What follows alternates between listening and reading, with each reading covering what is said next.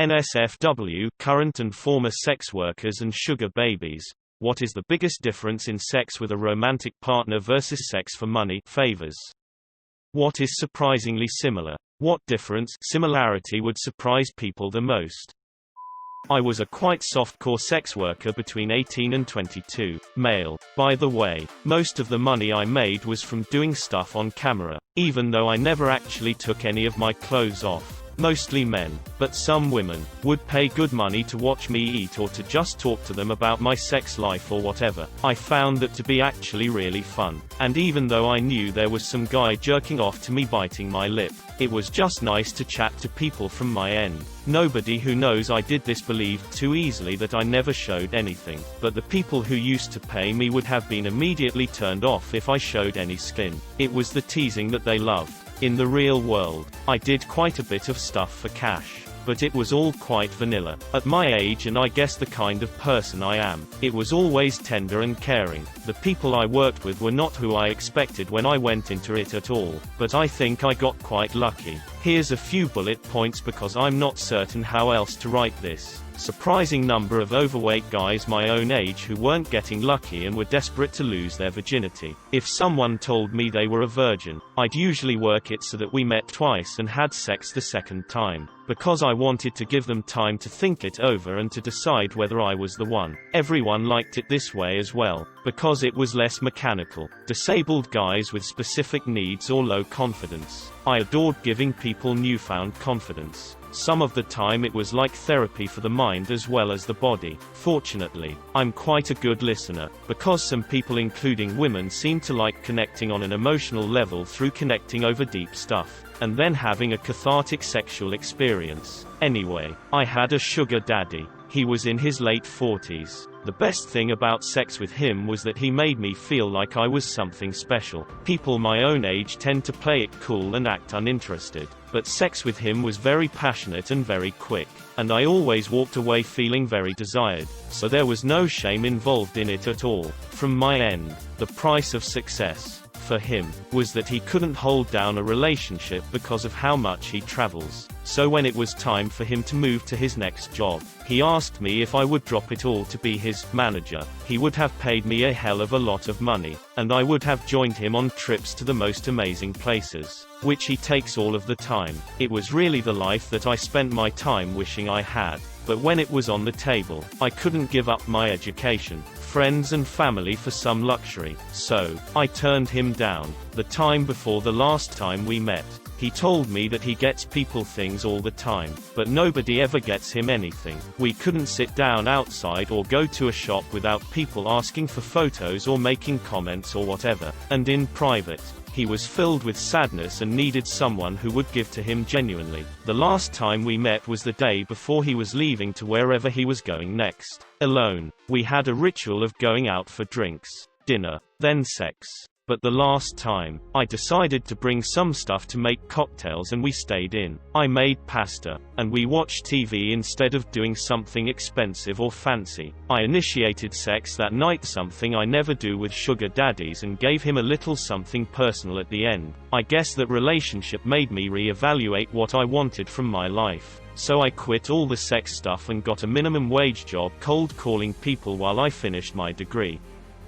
I am a regular SD sugar daddy who dates other men. I have had at different times 1 or 2 different SB sugar babies at a time. Right now I have just one. A lot of people who are posting here are more towards the end of sex work, along the lines of what you'd find on Backpage or another escorting resource. There is nothing wrong with escorting. SDs, SBs are basically the most sex-positive people you'll find. For many or most SDs I know, and I know a few, we are very interested in the lives of SBs. And a big part of what we are paying for is intimacy that extends well beyond sex. My SB is almost my best friend, and even though we have a financial relationship, it's only one aspect to it.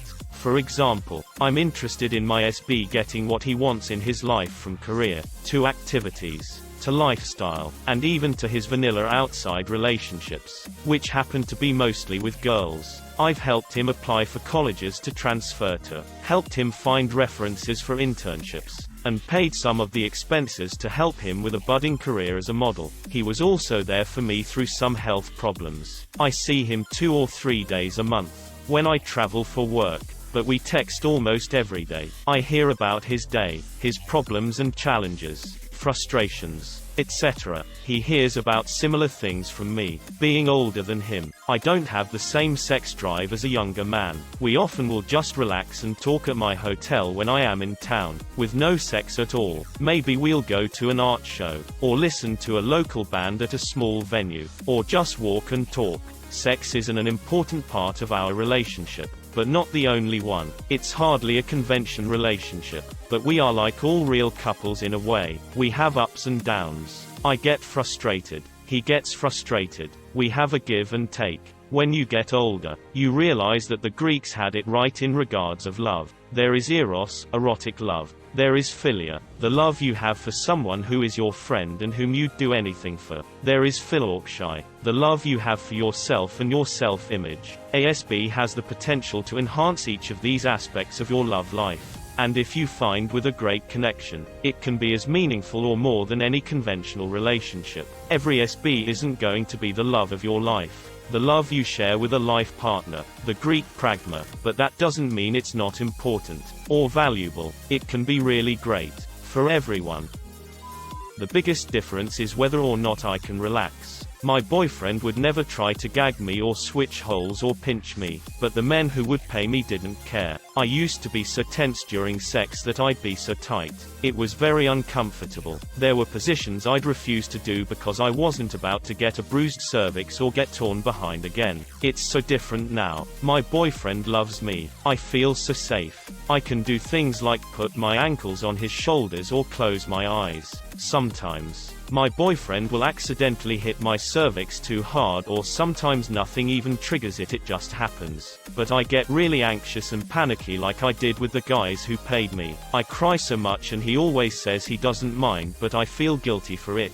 I wish I had never done it. I don't know why I ever said it was easy money. It f***ed me up pretty bad. I sugar babied for a former sugar baby who had been knocked up and married said daddy. She had me treat her like an absolute queen unless we were in the bedroom, and then I was basically a Gestapo agent to her. The first time I did it I had to take former daddy's deceased for a year Viagra to even perform. But now I've got Pavlov's dick for roughness. Still enjoy being sweet more, but both work for me. Pavlov's dick. Now that's a great band name.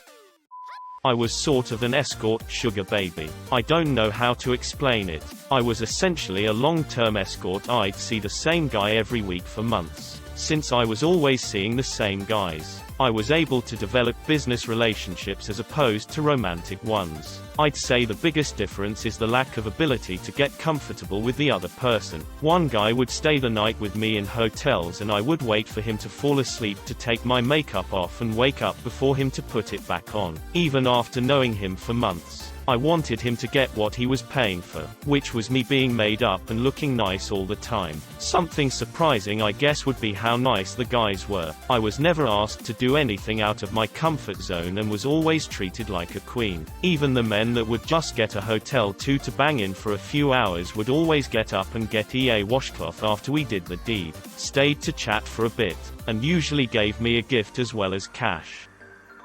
The biggest difference is the amount of drugs everyone is on, at least in my experience. Gay friend of mine worked at a male strip club. Lots of straight guys with heroin addictions there.